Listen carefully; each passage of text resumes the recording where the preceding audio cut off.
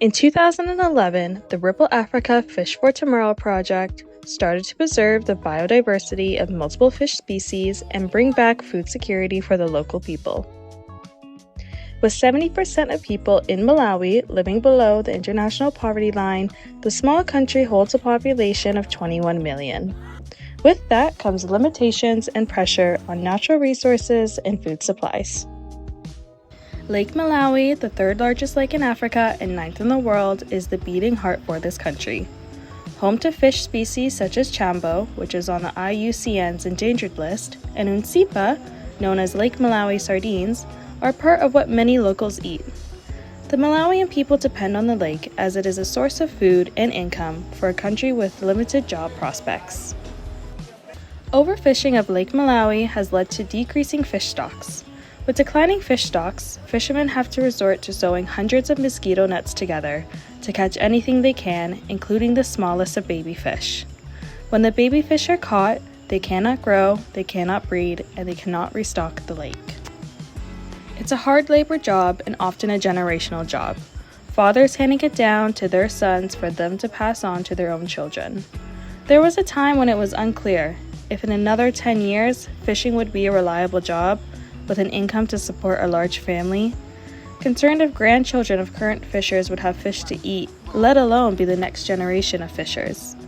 Malawians depend on the lake, providing food and income for people, but also being the most biodiverse lake with over 900 species of cichlids.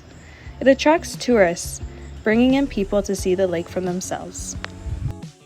Fishing is a job rooted in Malawian culture and often holds a fulfilled sense of identity amongst the fishing villages. Bare hands and hard work don't go unnoticed when you see the fishing process unfold.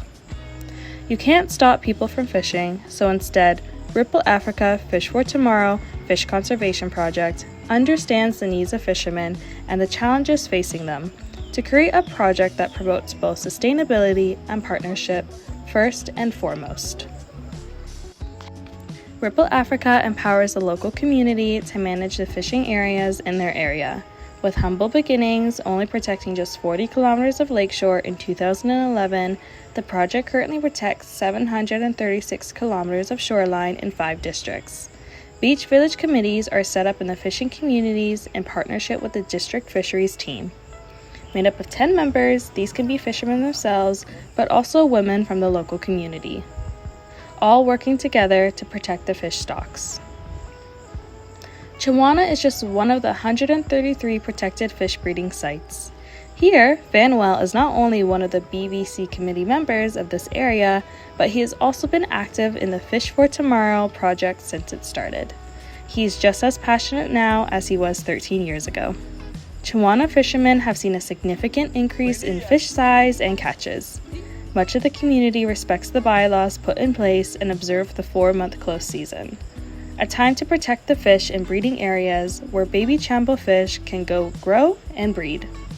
Years of dedication and teamwork by the local community and Ripple Africa are seeing great results in areas where Fish for Tomorrow projects started. And we are confident that even with the different challenges presented in each district, these results can be achieved across Malawi. Fish for Tomorrow is a project more about the fish themselves. It is providing a bright future for the next generation.